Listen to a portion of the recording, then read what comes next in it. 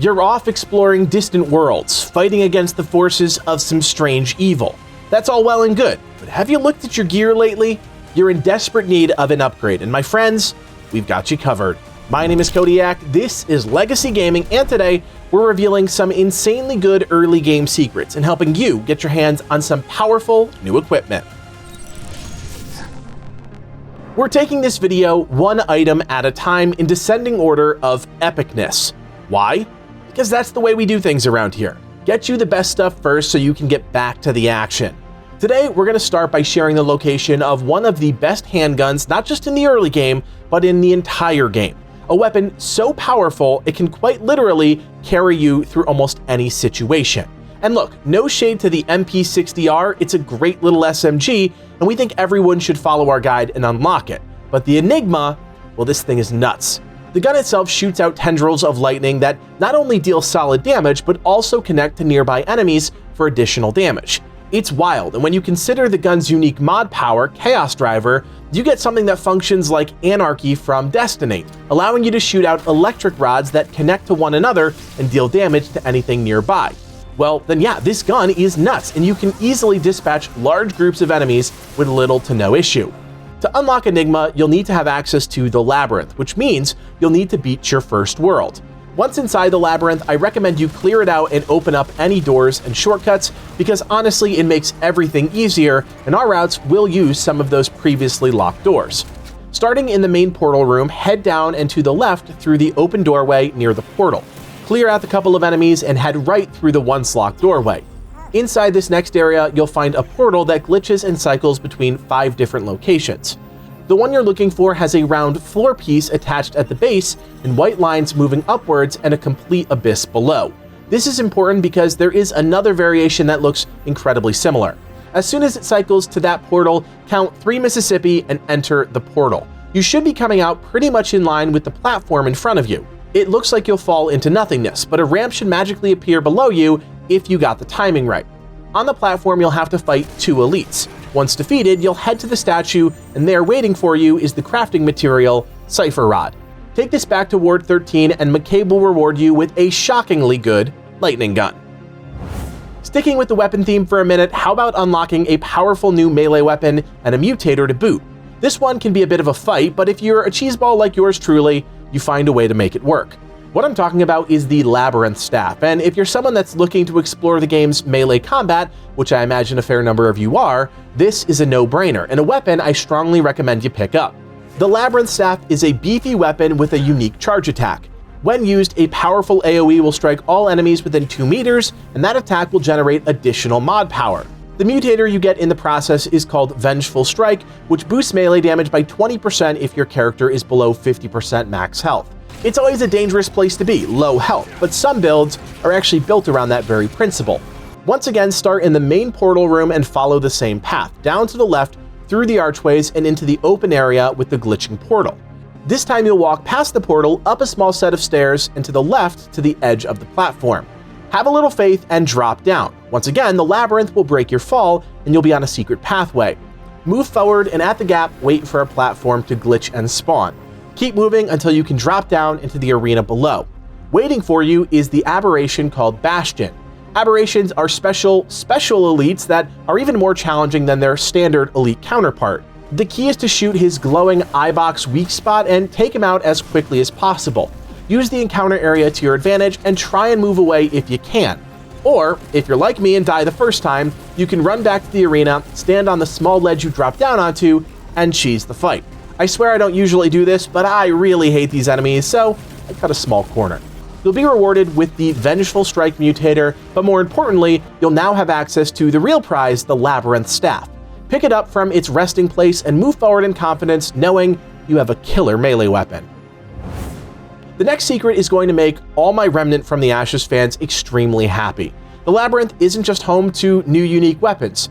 No, my friends, it's also the key to uncovering Leto's stash, including the infamous Chicago typewriter and Leto's armor Mark II. For those that don't know, the Chicago typewriter is a classic automatic weapon from a special event in the first game, and while it's not flashy, it damn sure gets the job done. If you're keen on using a more traditional weapon, this might be the right choice for you.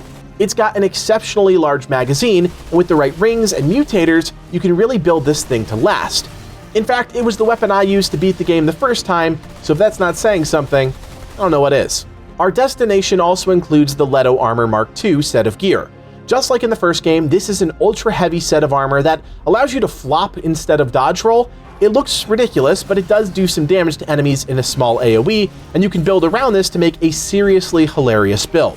To obtain these iconic items, you'll need to maneuver to the Labyrinth once again, and this time you'll also need the Master Key, which is why it's important you follow the main Labyrinth objectives first, and then come back and do these secrets. You'll then want to follow this exact route, as it can be a bit tricky to navigate. Start in the main world stone in the Labyrinth hub in front of the giant portal. Head up the stairs to the right and to the next floor, and head straight down the open corridor with a small set of stairs. There will be some enemies in your way that you can either kill or simply run past. Cross the materializing bridge and take a right, dropping down to the platform below. On the platform, more enemies will spawn, and on the forming walkway ahead of you. Again, kill or skip them, it's entirely up to you. You'll see a large portal instead, but instead of entering said portal, go around the back and look straight down on the edge of the far right side. You'll see another active portal below you. Drop into this portal and it will catapult you to a small island with an elite enemy. Again, either kill or run ahead into the next portal. Once through, take an immediate left into this doorway, followed by another quick left. Climb up to the top of this stone, which can easily be missed if you're not paying attention. Jump to the right and mantle up on the stone directly above it. Turn around and jump back across, climbing up a small set of stones again and into a small passageway that you need to crouch to maneuver. At the other end, you'll climb up to your right. Once up, jump across the gap into the passageway and take the winding hallway until you reach the end, and you'll be greeted with a labyrinth portal that is identical to the portal you used to visit other worlds. Hint, hint. Use your master key, open it up, and step inside. Much to our initial surprise, we were back in Ward 13, and sitting there waiting for you is the Chicago typewriter. I'll be honest, it was great to use this gun again, an absolute favorite of ours from the first game. The Mark II armor is just a few steps away, tucked into one of the shipping crates. Do not forget about it though, as it can be easy to miss if you're not in the habit of checking every corner. There's one final item we want you all to know about, simply because it could be the key to a cool build somewhere down the line.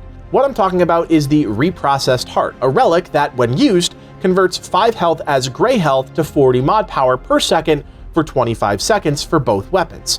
This means if you don't have another reliable way to heal, or just don't take damage and want to maximize your DPS potential, this relic could be the key to tapping into even more mod power. With that in mind, let's go pick it up. Once again, we're heading to that glitching portal. At this point, if you don't know how to get there, I think we've got bigger problems. This time around, you're looking for the portal that has a round floor piece attached at the base and white lines moving upwards and below. You should see the entirety of the labyrinth. As soon as it cycles to that portal, count 8 Mississippi and enter the portal. You're essentially waiting for that dormant portal structure below to be almost perfectly lined up. By this point, it will have shifted into pink static, but as long as you're entering it right after it changes, you'll be still entering the right portal. You'll fall just a bit directly into the portal below, and it'll activate, catapulting you to the top of a platform you previously traveled by but couldn't reach. Turn around, and there on a pedestal is the Reprocessed Heart and your key to unleashing some insane mod power potential. So there you have it, some extremely powerful early game items and the exact method to get them.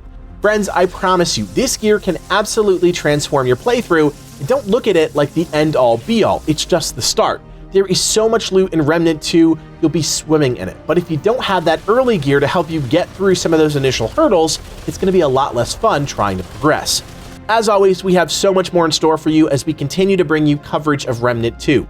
If you appreciate the work that goes into every video, from playing, finding secrets, writing, producing, and editing, we'd love your support. Hit that thumbs up and consider subscribing. Of course, you can also join us on Discord. There you can talk about new and upcoming games, win free prizes, and keep up with everything going on with the channel. That link, of course, is below. My name is Codiak, and from everyone here at Legacy Gaming, thanks for watching, and play on.